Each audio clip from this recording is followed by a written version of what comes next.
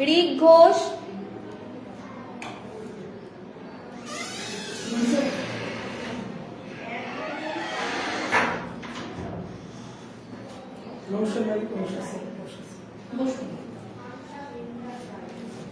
আপনি আপনার ব্যাপারে কিছু বলুন।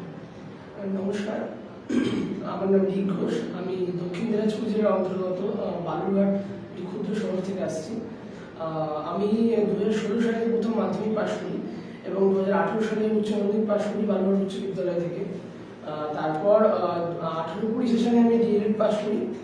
দেন তারপর আমি গ্র্যাজুয়েশন করি গৌরবঙ্গ বিশ্ববিদ্যালয়ের অন্তর্গত বালুরঘাট কলেজ থেকে।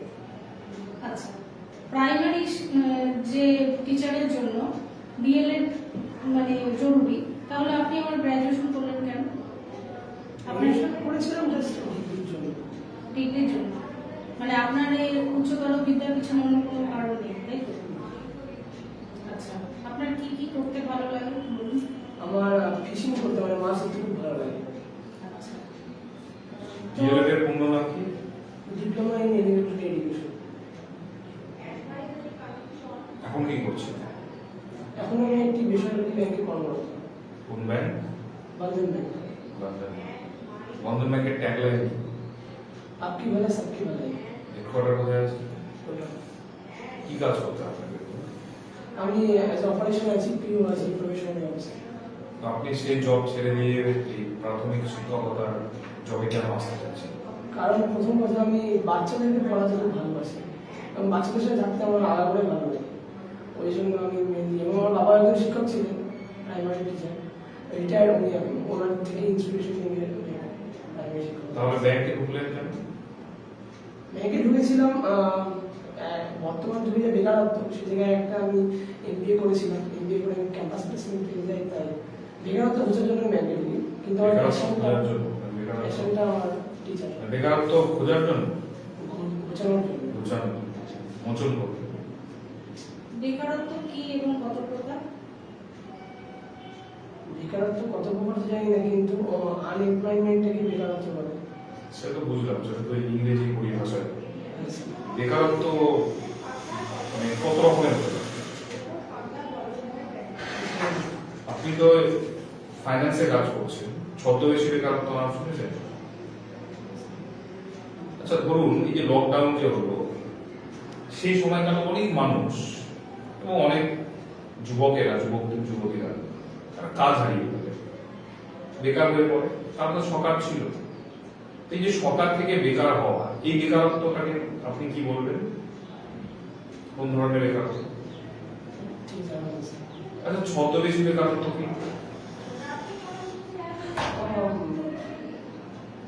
এই বিষয়ে ঠিক আমার স্যার আইডিয়া নেই। এই বেকারত্বের জন্য দায়ী আপনি কাকে বলবেন? বেকারত্বের জন্য দায়ী স্যার আমাদের খুব বর্তমান পরিস্থিতি, ইনফ্লেশনটাকে আমি দায়ী করব। পরিস্থিতি? ইনফ্লেশন, মানে ইনফ্লেশন যদি মার্কেটে হয়, তাহলে কে সব থেকে বেশি লাভ কার হয়? ইনফ্লেশনের জন্য কার সবচেয়ে বেশি লাভ হয়? যারা সমাজে স্তরে আছেন বা সরকার, তাই কি মনে হচ্ছে। তাহলে বেকারত্বের জন্য আপনি কেন্দ্রীয় সরকারকে দায়ী করবেন না রাজ্য সরকারকে দায়ী করবেন? না, আমি কোনো সরকারকেই দায়ী করছি না। আপনি তো বললেন যে সরকার দায়ী। সরকার দায়ী না স্যার, আমি বললাম যে স্যার মানে লাভবান বেশি সরকারের ক্ষেত্রেই হয়। বা বেকারত্ব ঘোচানোর উপায় কি? বেকারত্ব ঘোচানোর উপায় এটা হতে পারে বিভিন্ন প্রতিযোগিতামূলক পরীক্ষাগুলো বা বিভিন্ন যে আমাদের সেক্টরগুলো আছে সেখানে লোক নিয়োগ, এবং স্যার আমাদের এছাড়াও আত্মনির্ভর হওয়ার যে প্রচেষ্টা, সেটা আমাদের ইউথের মধ্যে থাকা উচিত। বর্তমানে সরকারি বিদ্যালয়গুলিতে দেখা যায় প্রাথমিক বা উচ্চ প্রাথমিক বা মাধ্যমিক, সেখানে ছাত্রছাত্রীরা এবং যারা গার্জেনরা রয়েছে তারা তাদের ছেলে মেয়েকে ভর্তি করতে চায় না, বা অনীহা দেখা যায়। কেন দেখা যাচ্ছে সেটা? কারণ স্যার এখন সবাই প্রাইভেটাইজের দিকে আগাচ্ছে, দেখছে যে ওইখানে গেলে বেশি ইকুইপমেন্ট পাচ্ছে, বেশি ভালো যত্ন করে ছেলেদেরকে পড়ানো হচ্ছে। কিন্তু এটা আমার মনে হয় ভুল। কারণ সরকারি স্তরে যারা নতুন শিক্ষক এবং যারা যথেষ্ট ট্রেন্ড এবং তারা আমাদের মতন ডিএলএড থেকে প্রশিক্ষণ নিয়ে যাচ্ছে। তো বর্তমান দিনে আমার মনে হয় না এই অসুবিধাগুলো আর ফেস করবে সরকারি বিদ্যালয়ে। আচ্ছা, পুরোনো দিনের শিক্ষকেরা ট্রেনিং প্রাপ্ত ছিলেন না, কিন্তু তবুও সেই সময় সরকারি সাহায্যপ্রাপ্ত বিদ্যালয়গুলিতে প্রচুর ছাত্রছাত্রী পড়াশোনা করত। আমরা নিজেরাও পড়াশোনা করেছি, আপনিও হয়তো করেছেন। তো তখন ট্রেনিং প্রাপ্ত শিক্ষক না হয়েও ছাত্রছাত্রীরা পড়তে যেত, কিন্তু সমাজে এমন কি হলো যে যার ফলে আজকাল ছাত্রছাত্রীরা এবং বাবা মারা, অভিভাবকরা একটু অনীহা পোষণ করছে সরকারি স্কুলে? কারণ স্যার তখন বেসরকারি স্কুলগুলোর সংখ্যা অনেক কম ছিল, এবং বর্তমানে এখন বেসরকারি স্কুলগুলো বাণিজ্যিক রূপ নেওয়াতে এবং তাদের যথেষ্ট ভালো ভালো টিচার প্রোভাইড করে, যথেষ্ট ভালো এলিমেন্টারি জিনিস দিয়ে। তাহলে এইটার জন্য আমার দায়ী কে? এটার জন্য দায়ী স্যার ওই আমরা ঘুরে ফিরে ইনফ্লেশন। কারণ যদি আমরা সরকারি কর্মসংস্থান ইনফ্লেশনটা কি? এটা কি কোনো ব্যক্তি, কোনো সিস্টেম? না স্যার, মুদ্রাস্ফীতি যেটা আমরা বাংলায় বলছি। তো মুদ্রাস্ফীতির পিছনে তো কারণ থাকবে। হ্যাঁ স্যার, কারণ আছে স্যার। সিস্টেমটি কি আপনি দায়ী করতে পারেন? সিস্টেম কি দায়ী? সিস্টেম কখনোই দায়ী না। সিস্টেম দায়ী না, শিওর? সিস্টেমের বাইরে কিছু নয়।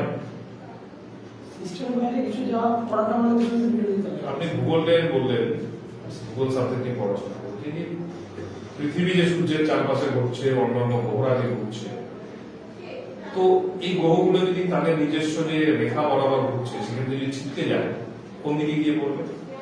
সেরকম মানুষ যদি সংঘর্ষ হয়ে যায়, একটা মানুষের আরেকটা মানুষ সংঘর্ষ হয়ে যাবে। তো তারা কি সূর্যের দিকে আসতে পারে? হ্যাঁ, আসতে পারবে। তাহলে এই যে ঘুরছে এটাকে আপনি দিকেই আসবে স্যার। সূর্যের দিকে, তাহলে আপনি ভুল বলছেন।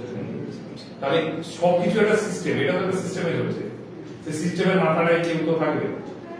তাহলে ওই সোলার সিস্টেমের মধ্যে মাথায় কে আছে? সূর্য।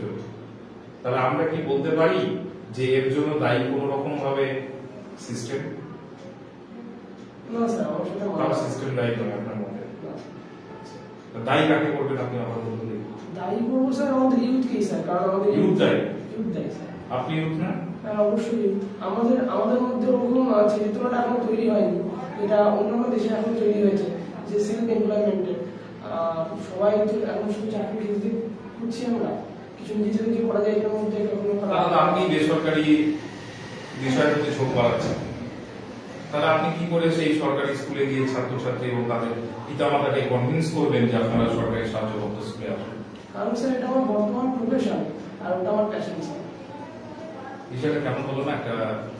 না স্যার, বেকারত্ব বোঝানোর জন্য তো আমার কিছু না কিছু করতে হতো, কিন্তু আমার প্যাশন যদি দেখতে চান তাহলে তো আমার তাহলে আপনি বেসরকারিকরণকে আপনি মত পোষণ করছেন যে ঠিক সেটা। তাহলে আপনি শিক্ষক হয়ে আপনার মনে যদি থাকে বেসরকারিকরণ হোক, তাহলে আপনি আপনার ছেলে বা সন্তান সন্ততিকে বেসরকারি স্কুলে ভর্তি করানোর প্রচেষ্টা করবেন?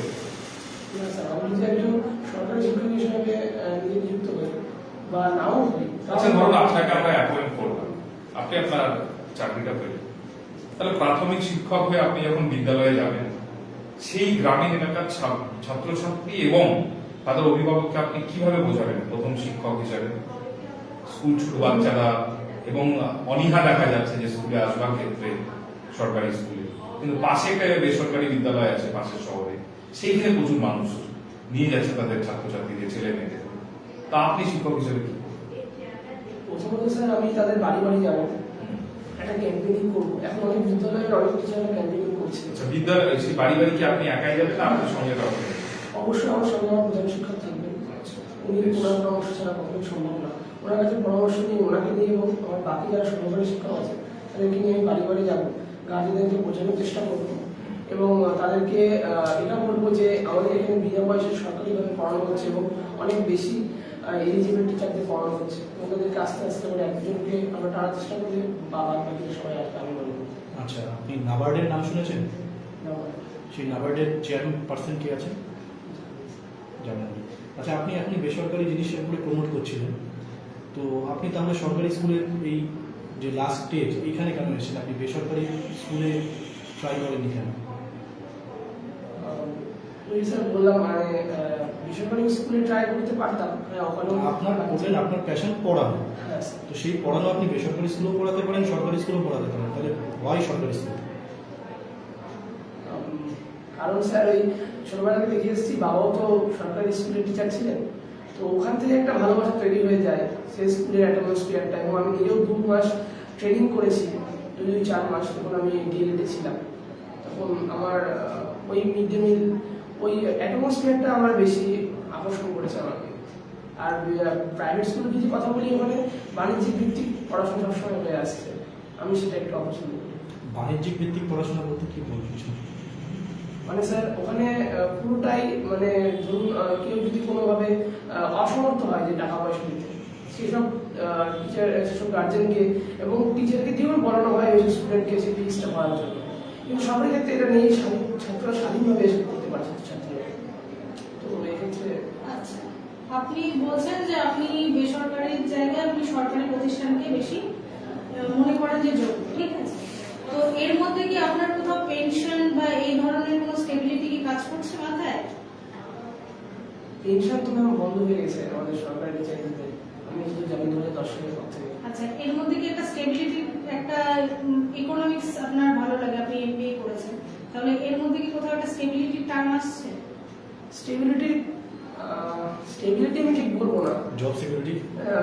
জব সিকিউরিটি তো আছে, কিন্তু সেক্ষেত্রেও সবচেয়ে বড় ব্যাপার যেটা স্যার আমার মনে হয় যে ছাত্রদেরকে ওই বাণিজ্যিক ভিত্তিক না করে যদি আমরা বিনা পয়সায় যেমন আমাদের সরকারি স্কুলগুলোতে পড়াই, আপনি এটা কিন্তু হাভেলার কনসোনেন্টের উপর একটি ক্লাস নেবেন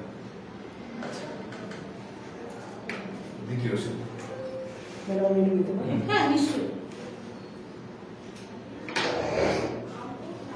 আপনি পুরো টপিকে চলে আসুন, ওকে স্যার। শ্রেণীটা লিখুন, শ্রেণী আর বিষয়টা লিখুন।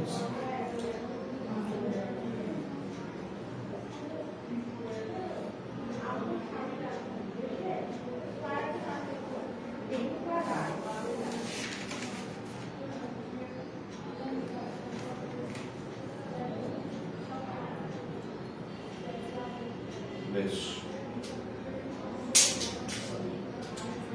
তো বাচ্চারা তোমরা সবাই ভালো আছো তো? আচ্ছা ওই স্পেলিংটা একটু পড়ুন তো একবার, কি লিখেছে তো সাবজেক্টে?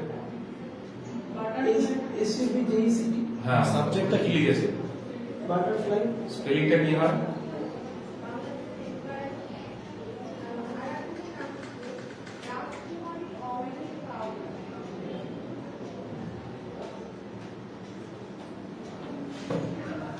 আচ্ছা, বাটারফ্লাই কেন নামকরণ? কারণ স্যার ছাত্রছাত্রীরা সব প্রজাপতির মতন আর মানে কোমল নিষ্পাপ, ওই থেকেই আমার মনে হয় বাটারফ্লাই নামকরণটা হয়েছে। প্রজাপতি কি কোমল? অবশ্যই স্যার। কোমল মানে কি? নরম স্যার, কমল মানে? শক্ত। কমল মানে শক্ত। বাংলা ভালো লাগে পড়তে? মোটামুটি। আচ্ছা, আপনার প্রিয় বিষয় কি? প্রিয় বিষয় একসময় পরিবেশ ছিল স্যার। আর এখন? এখন তো স্যার পড়াশোনার প্রতি যখন যোগাযোগ নেই। আপনি পড়াশোনার সাথে যখন জড়িত নেই, তাহলে আপনি যখন স্টুডেন্টদের পড়াবেন তখন আপনি একটা 100% দিতে পারবেন? অবশ্যই স্যার, আমি ছোটবেলা থেকে ব্রাইট স্টুডেন্ট ছিলাম এবং আমি যদি কিছুদিন আবার ছাত্রদের সাথে থাকি, আমি আবার সেই রিলেমে ফিরে আসবো। বাহ, বেশ, ঠিক আছে, প্রসেস। তো সবাই ভালো আছে তো? আচ্ছা তোমরা বলো তো যে আমরা কোন শ্রেণীতে পড়ি? রমেশ তুমি বলো। ঠিক, আমরা দ্বিতীয় শ্রেণীতে পড়ি। আচ্ছা তোমাদের কাছে কথা বলি। আচ্ছা, এখন কোন সময় চলছে? কোন সময় চলছে? টাইমটা কি আছে?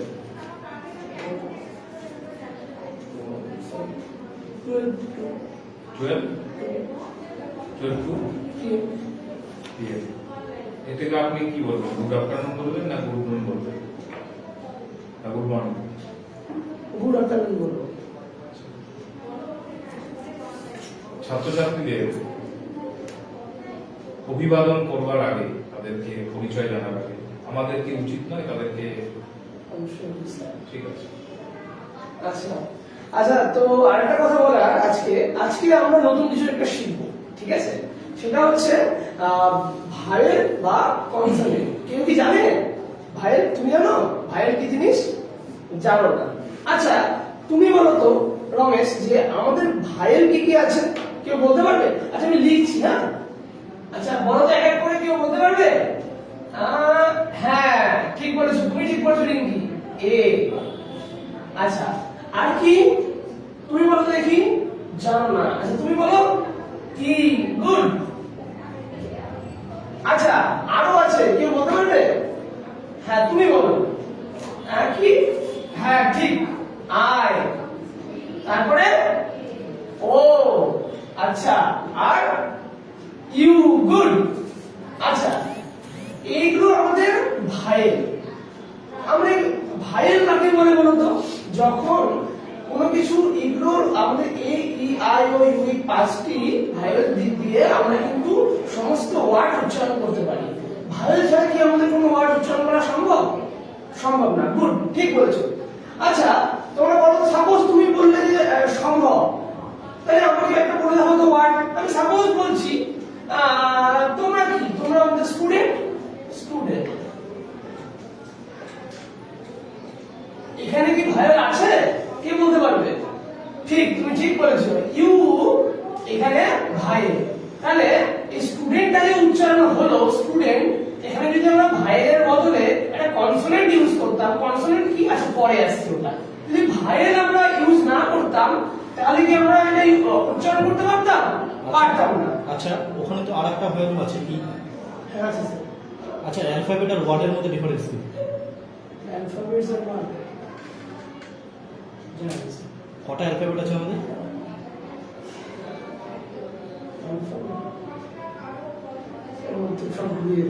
আচ্ছা, একটা প্রশ্ন করি, স্বরবর্ণ আর ভাওয়েলের মধ্যে সম্পর্কটা কি? স্বরবর্ণ আর ভাওয়েল কি একই জিনিস?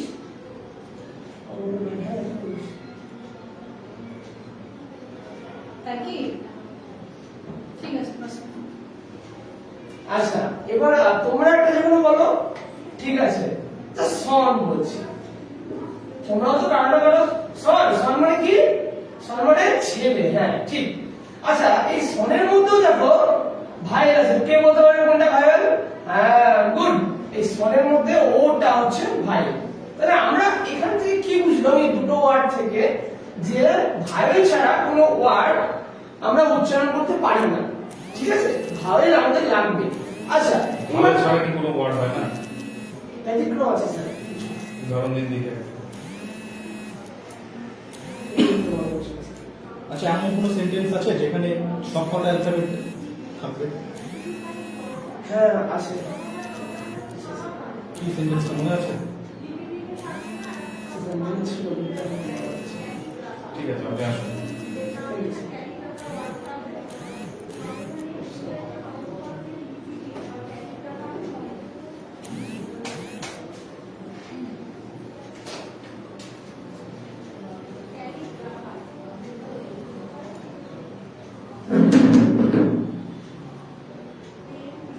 বসুন। কনসোনেন্ট কটা আছে? 26। আর ভাইয়েল টোটাল 31টা। আচ্ছা, টোটাল 31টা আছে। 31টা ভাইয়েল কনসোনেন্ট। তাহলে আপনি 26টা বাইরে পড়াশোনা করেন? একদমই পড়াশোনা হয় না।